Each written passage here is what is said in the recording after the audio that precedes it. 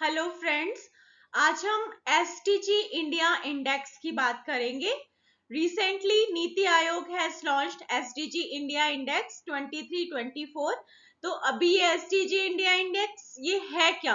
ये एक बहुत ही इम्पोर्टेंट मॉनिटरिंग टूल है जो हमारे सस्टेनेबल डेवलपमेंट गोल्स हैं उनकी क्या प्रोग्रेस हुई है पूरे देश में, अलग अलग स्टेट्स के अंदर, उसको मॉनिटर करता है, उसका डेटा एनालिसिस करता है। और जो इसका एवोल्यूशन है that is a partnership between NITI Aayog and UNDP.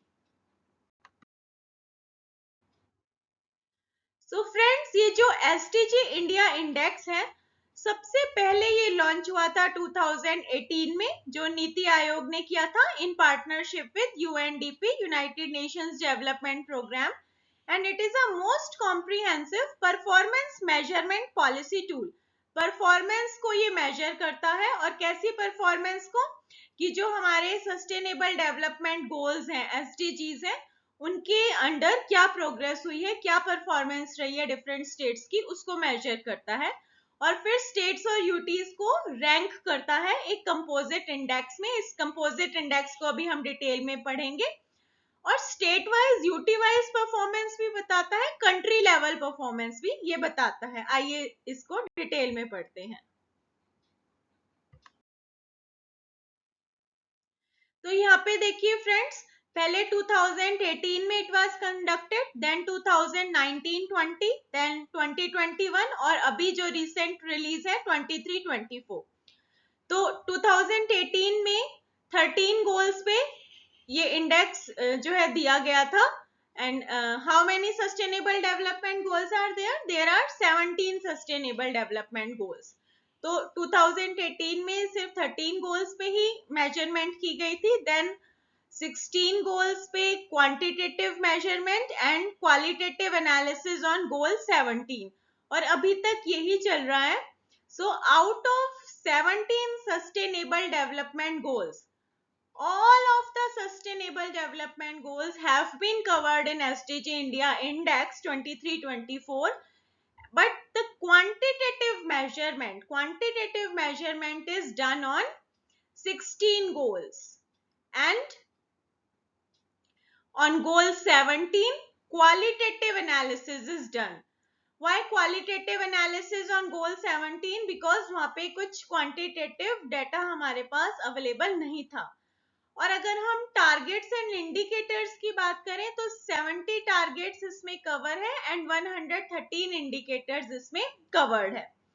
तो index does not measure indicators of SDG 17 because unavailability of suitable data at the state and UT level. However, a qualitative assessment of the progress under SDG 17 has been included. और जब indicators की बात करते हैं तो 5 indicators under गोल 14 के under 5 indicators को exclude किया गया है, क्योंकि उसमें कोस्टल स्टेट्स का डाटा था, तो कंपैरिजन नहीं हो सकता था, सिर्फ कोस्टल स्टेट्स का ही उसमें डाटा था। जो बाकी के 5 इंडिकेटर्स हैं उनको इंक्लूड किया गया है, और गोल 10 में 1 इंडिकेटर को एक्सक्लूड किया गया है बिकॉज लैक ऑफ कंपेरेबिलिटी। तो इफ द क्वेश्चन कम्स कि how many goals have been taken in SDG India Index 23-24, तो answer is all of the goals have been taken. Or which goal is excluded from quantitative measurement? Then goal 17 is excluded from quantitative measurement because on goal 17 qualitative assessment has been done.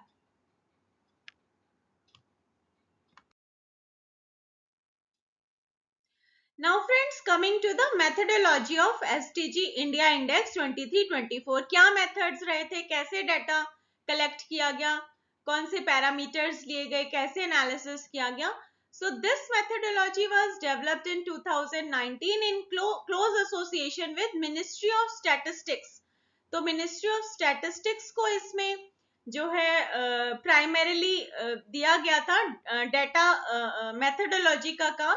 So Data and Methodology Committee was chaired by Ministry of Statistics, and primarily based on the methodology used by the Sustainable Development Solutions Network.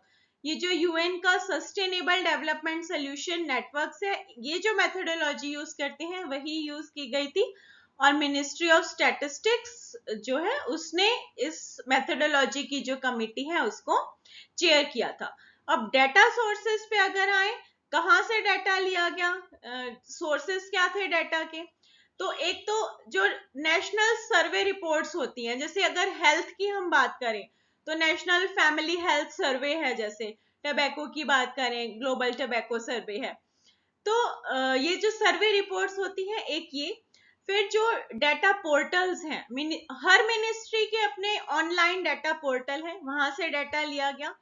MIS portal है online, जैसे health ministry का HMIS है, health ministry जो है उसका MIS portal है सारी ministry का, वहां से डेटा लिया गया।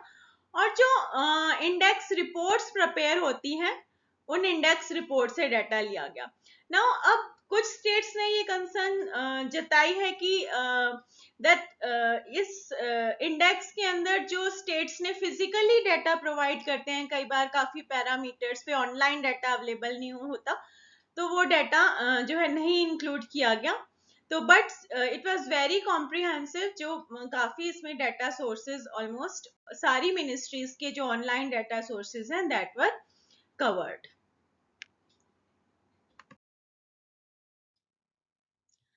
अब देखिए फ्रेंड्स, मेथोडोलॉजी में स्टेप्स क्या थे। पहले तो रॉ डेटा कलेक्ट किया गया, ठीक है, raw data for the indicators was compiled, raw data को कंपाइल किया गया, उसमें मिसिंग डेटा को आइडेंटिफाई किया गया। फिर एक टारगेट सेटिंग, हर मिनिस्ट्री ने अपनी टारगेट सेटिंग की हुई है ऑलरेडी 2030 को लेके, कि हर गोल हर इंडिकेटर में 2030 तक हमें क्या अचीव करना है, एक टारगेट सेटिंग ऑलरेडी है। फिर थर्ड स्टेप था नॉर्मलाइजेशन। इसमें क्या था कि 0 to 100 के बीच में हर जो टारगेट्स हैं उसके अंदर जो इंडिकेटर्स हैं उनको स्कोर दिया गया। Score denoting the distance achieve towards the goal, मतलब कि अभी जो सिचुएशन है और जो हमने गोल सेटिंग की है उसके बीच में कितना डिस्टेंस है, कितना हम अपने गोल्स के पास आ चुके हैं। तो उस तरह से हर टारगेट के ऊपर 0 से 100 के बीच में स्कोरिंग की गई। अब टारगेट्स के बाद गोल उनका एवरेज निकाल के गोल स्कोर दिया गया, मतलब एक गोल के अंदर जितने टारगेट्स हैं तो टारगेट स्कोर्स का एवरेज निकाल के गोल स्कोर निकाला गया, और फिर गोल स्कोर्स का एवरेज निकाल के SDG स्कोर निकाला गया। This was the SDG India index. तो ये स्टेप्स थे कि पहले रॉ डाटा कंपाइल किया, मिसिंग डाटा को मतलब देखा, टारगेट्स जो हैं हर गोल के अंदर वो टारगेट्स देखे कि कितना अचीव करना है, फिर उसमें गैप देखा कि कितना अचीव हो गया है, कितना रहता है, उसके अकॉर्डिंग स्कोरिंग की, टारगेट स्कोरिंग के बाद उसका एवरेज निकाल के गोल स्कोरिंग की, और गोल स्कोरिंग का एवरेज निकाल के SDG इंडिया इंडेक्स की स्कोरिंग की। तो ये स्टेट वाइज यूटी वाइज किया गया, और फिर जो एक इंडिया का ओवरऑल एक कंपोजिट इंडेक्स भी निकाला गया।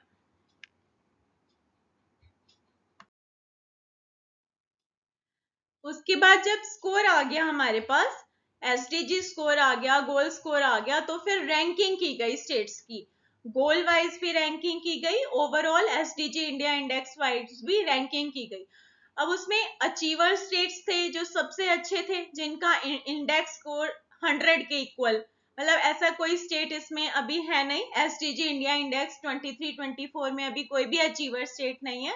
हाँ, फ्रंट रनर स्टेट्स हैं जिनका इंडेक्स स्कोर 65 और 99 के बीच में है। फिर परफॉर्मर है जिनका इंडेक्स स्कोर 50 एंड 64 के बीच में है। फिर एस्पिरेंट है विच आर लैगिंग बिहाइंड, जिनका इंडेक्स स्कोर लेस देन 50 है।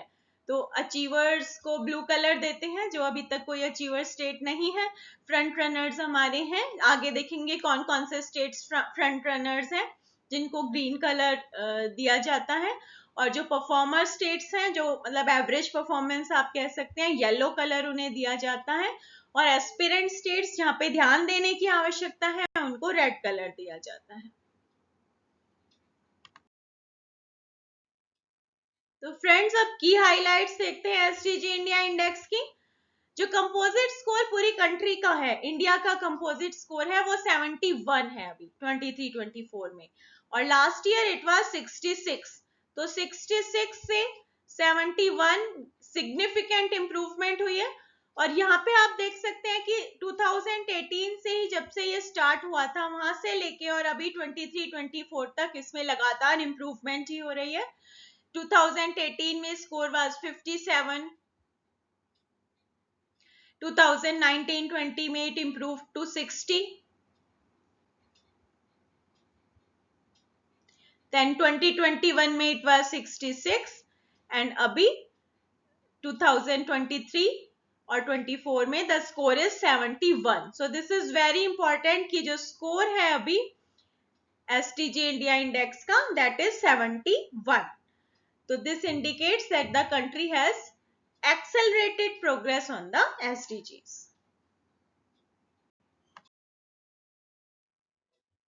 अभी आगे कंटिन्यू करते हैं हाइलाइट्स। तो अभी नेशन वाइज ही देखते हैं, कंट्री लेवल पे तो सिग्निफिकेंट प्रोग्रेस हुई है, पर कौन कौन से गोल्स हैं जिसमें कंट्री ने अच्छा परफॉर्म किया है और कौन से गोल्स हैं जिसमें अच्छा नहीं परफॉर्म किया।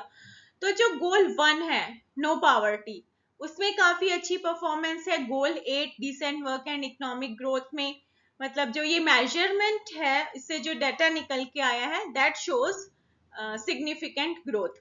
और गोल 13 क्लाइमेट एक्शन में भी the data shows improvement. So highest increase in scores जो इसमें है, that is in goal 13 climate action and goal 1 no poverty. Goal 13 records the highest increase in score. Goal 13 का पहले 21-22 में स्कोर था, 2021 में 54 स्कोर था 2021 में, और अभी 23-24 में 67 स्कोर है। तो गोल 13 showed the highest increase, then followed by goal 1 जो नो पावर्टी वाला है, from 60 to 72। तो जो ये नो पावर्टी वाला हमारा गोल 1 है और जो गोल 13 क्लाइमेट एक्शन है, they showed the highest increase. और क्लाइमेट एक्शन के अंदर गोल 13 के अंदर हाईएस्ट इंक्रीज है, और फिर गोल 1 के अंदर है, और उसके बाद गोल 8 के अंदर है, decent work and economic growth. तो ये हमारी गोल वाइज परफॉर्मेंस है ओवरऑल नेशन की, इंडिया की।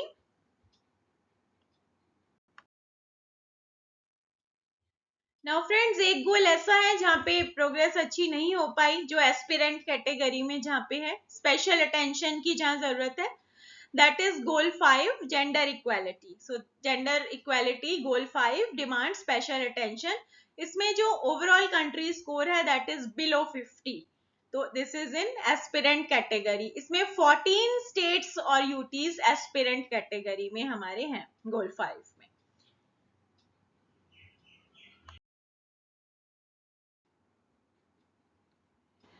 सो फ्रेंड्स, यहाँ पे आप देख सकते हैं इस बार ग्राफ के अंदर परफॉर्मेंस देख सकते हैं डिफरेंट गोल्स के ऊपर। यहाँ पे ये ईयर है कि जैसे ईयर इंक्रीज हुआ तो यहाँ किस गोल के अंदर जो है क्या परफॉर्मेंस रही।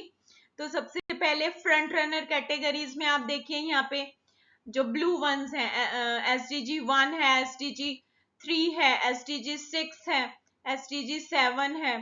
तो ये काफी हमारे फ्रंट रनर कैटेगरी में है। पर यहाँ पे जो ध्यान देने लायक बात है वो है हमारी रेड कैटेगरी, एस्पिरेंट कैटेगरी, जिसमें हमारा जेंडर इक्वालिटी है। फिर परफॉर्मर कौन से हैं जहाँ पे एवरेज परफॉर्मेंस है, वो SDG 2 है, zero hunger, SDG 4 quality education, and SDG 9 industry innovation and infrastructure. तो ये रेड एंड येलो जो है, ये ध्यान देने लायक है यहाँ पे।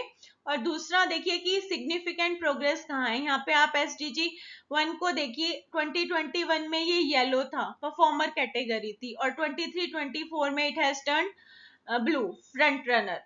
उसी तरह से आप यहाँ पे SDG 3 में तो सेम है। SDG 1 के बाद आप यहाँ पे आ जाइए SDG 13 में, क्लाइमेट एक्शन में देखिए SDG 13, 2021 में ये येलो कैटेगरी थी, परफॉर्मर था, अभी ये यहाँ पे ये ब्लू है, दिस इज फ्रंट रनर। और तो SDG 1 हो गया हमारा, SDG 13 हो गया, फिर SDG 8 देखिए, decent work and economic growth. SDG 8 भी 2021 में येलो था, परफॉर्मर कैटेगरी थी, और अब ये ग्रीन हो गया। तो यहाँ पे इन 3 गोल्स में SDG 1 में, 8 में, 13 में सिग्निफिकेंट इंप्रूवमेंट हुई है पहले से। SDG 5 जेंडर इक्वालिटी चिंता का विषय है, ये अभी भी लगातार शुरू से ही एस्पिरेंट कैटेगरी में बना हुआ है। और जो बाकी के जो गोल्स हैं वो लगभग पहले जैसे ही है। SDG 2 जो है हमारा, ये जीरो हंगर वाला, ये पहले एस्पिरेंट कैटेगरी में था और जो कि अब हमारा बढ़ के परफॉर्मर कैटेगरी में आ गया है। जो परफॉर्मर्स हैं हमारे वो है SDG 2 zero hunger, SDG 4 quality education, SDG 9 industry innovation and infrastructure. तो इन तीनों पे भी, परफॉर्मर कैटेगरी पे भी हमें ध्यान देने की आवश्यकता है। अब फ्रेंड्स थोड़ा स्टेट वाइज हाइलाइट्स देख लेते हैं। स्टेट वाइज में जो हमारे टॉप स्टेट्स हैं, they are Uttarakhand and Kerala, और टॉप यूटी इज चंडीगढ़। तो top states are Uttarakhand and Kerala, top UT is Chandigarh. तो उत्तराखंड एंड केरला में आप देखिए स्कोर ऑफ 79 ईच है। चंडीगढ़ में टॉप यूटी है, ये स्कोर यहाँ पे 77 है। और Tamil Nadu took the third spot and followed by Goa and Himachal Pradesh. तो ये हमारी स्टेट वाइज, मतलब ब्रॉडली ये परफॉर्मेंस है कि Uttarakhand and Kerala top states में है, जहाँ पे स्कोर 77 है, सॉरी 79 है, और चंडीगढ़ टॉप यूटी है जहाँ पे स्कोर 77 है। उत्तराखंड एंड केरला में स्कोर 79 है और चंडीगढ़ के अंदर 77 है। These are top states and top UT.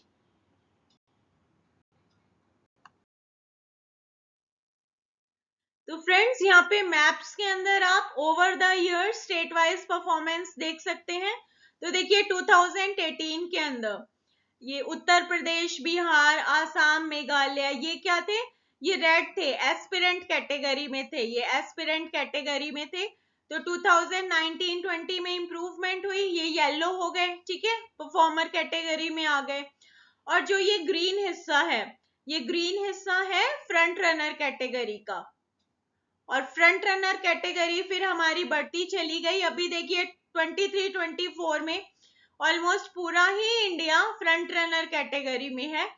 सिर्फ यहाँ पे जो है हमारे बिहार है, झारखंड है, मेघालय है और नागालैंड।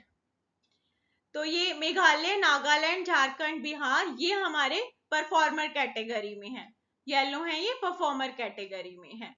तो काफी आप देख सकते हैं ओवर द इयर्स रेड से येलो, येलो से और अभी ग्रीन हो चुका है पूरा India, except Bihar, Jharkhand, Meghalaya and Nagaland which are performer.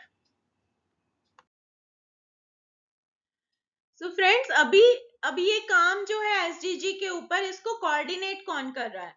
तो यहाँ पे हमारे पास UN sustainable development cooperation framework है, जो 23 से 27 के लिए है। तो ये जो UN sustainable development cooperation framework है, ये गवर्नमेंट ऑफ इंडिया के साथ मिलके काम करता है। इसमें यूएन की एक कंट्री टीम है, इंडिया की भी है, जो इंडिया में वर्क करती है। तो वो जो टीम है यूएन की, that works closely with at different levels of the government. तो वो लोकल लेवल पे एसडीजीज को पूरा करने में सपोर्ट करती है, नेशनल प्रायोरिटीज को सपोर्ट करती है, एडवाइस करती है गवर्नमेंट को। तो that help achieve the vision of sustainable development by the nation. और 2047 तक के they have goals. And UNDP in partnership with Niti Aayog is supporting state governments to establish SDG coordination centers हैं। states के अंदर क्या है, SDG coordination centers हैं। तो this is UN Sustainable Development Cooperation Framework.